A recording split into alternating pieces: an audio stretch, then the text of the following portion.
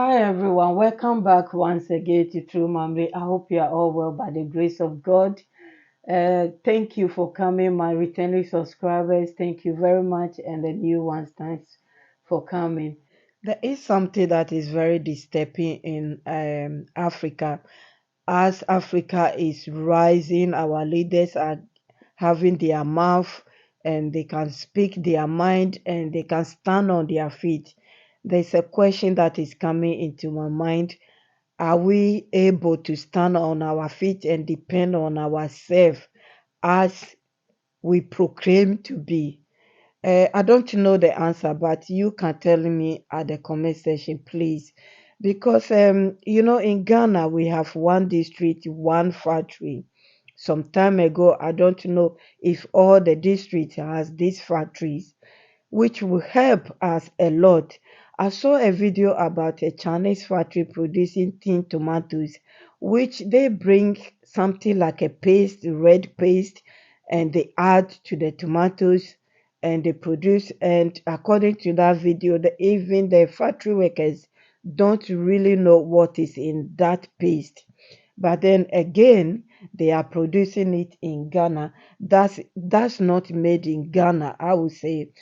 A factory that is producing in Ghana should be in the name of Ghana, like it used to be in the olden days. I came across a joke that Rwanda president did. I admire that man, that president, his boldness, the way he speaks, his knowledge.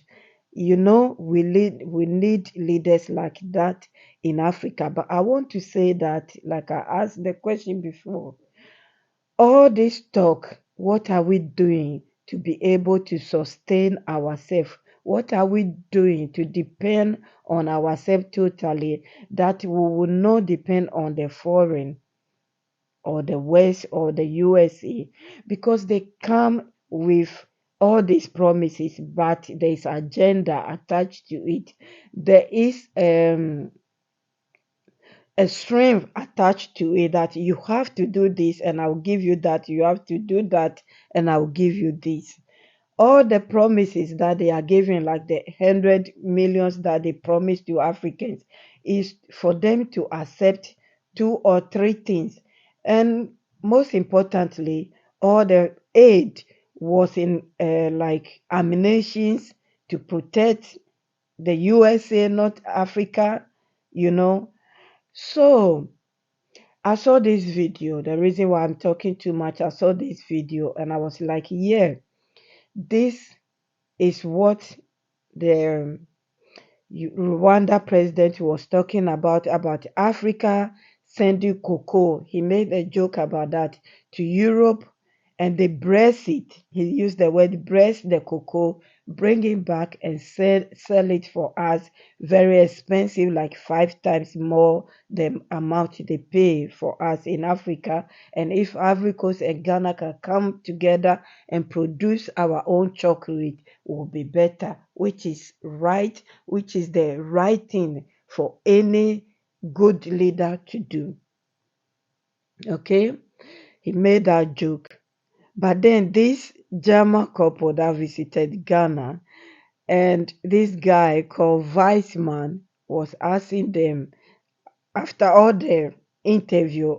For me, I've taken this particular part, that he asked them, do you think Africa is the future? Because that's what we say. We are proud to say Africa is the future.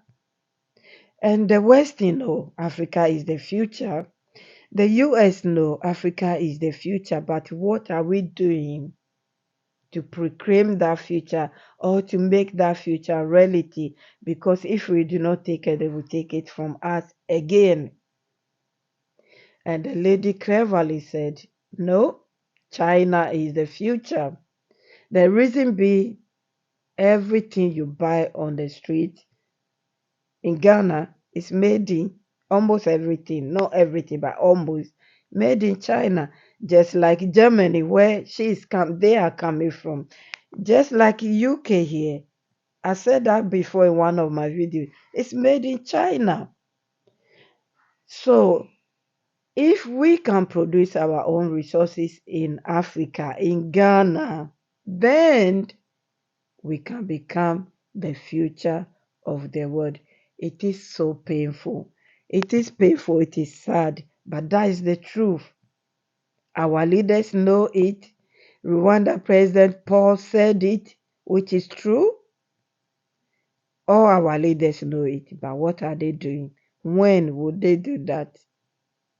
We put one foot forward and we drag three or two back. If we can be able to do this, truly Africa will be the future. We have the youth, we have the population, we have the resources. What are we waiting for? What are we waiting for? Are we, happy, begging? The red carpet that we roll for them to walk on is beautiful, but then we need to work on one as well. Okay, the couple also mentioned something about one language, which I think it will be impossible. But what I will say is if we can introduce one language in Africa as now and teach our future generations from school when they are young, so when they grown up, it will be a universal language in Africa. That will be a great idea, but now it will be impossible because even in Ghana, I remember our ex-president, may he so rest in peace, Jerry Rawlings, said something like that in the 80s, and it created a lot of problem. Ashanti said there will be, Gan said there will be, and the rest. We have tribes that they feel that they are superior than others. So it will be impossible for one language. As they said that German has one language, they can understand each other. I'm sure there are differences between their language. As UK here, when I was not in UK, I thought it's English. But then when you are in UK, you realize that within the English, we have different types of English in UK. Do you know that? Did you know that in England we have different languages in, even though it's English, it depends on how they speak it. And they themselves laugh at each other as well. So for the language, it's a good idea, but it needs to be introduced in the school, in the classrooms to educate our youngsters that are now coming so that in future that can be African language. Um, I would like you to listen to the video yourself and then please leave a comment and share. It's a great idea. It's a great idea. It's not something that we don't know. It's just painful for someone to come from outside to tell us. And let me say that it's not just in Africa, even in UK here, we import more than we export. It wasn't like that before. You know, we depend on anything foreign done, like everything, almost everything. And that's why when we left European Union, food is expensive. Everything is expensive because we are not producing the way we used to produce. So I'll end my case here. Please watch the video and let me know your thoughts. Thank you very much. God bless you. As always, this is True Mambe. This is True Life Story. Is Africa the future? Is Africa the future? No, I think the Chinese country is the future. We know that. Chinese are the future. Yeah, in Germany we see that a lot of products are from China, and here too. Every third or fourth job is with Chinese signs, China malls, and so on. But we are the same people providing this sort of resources to Chinese.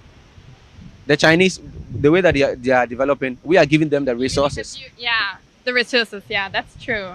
There are a lot of resources in Africa. But you don't think Africa is the future? That's a hard question. Yeah. Maybe yes. Okay, so if yes, can you justify it for us? Yeah, I think only because of that resources. Because if Africans would use their resources by their own, they would be the future. Yeah. They can grow very Yeah. fast. Yeah. Yeah. So you've been here for a month and a half. Yeah. What are some of the things you think we are doing it badly, of which we should, improve upon, so that our country will develop? We already talked about that. We talked about the languages. We Yeah. think maybe there are too many languages in that In one country. Germany is bigger than Ghana, and we have only one language. Every part of Germany you can more or less understand the people there. So communication is easier, and that makes like organization easier. Yeah. So what do you suggest? Create one language. Create one, Yeah. one language. Yeah. All right. So apart from Ghana, which of the countries, African countries, have you been in? Only Morocco for now. Or- And Tunisia. Yeah. Yeah.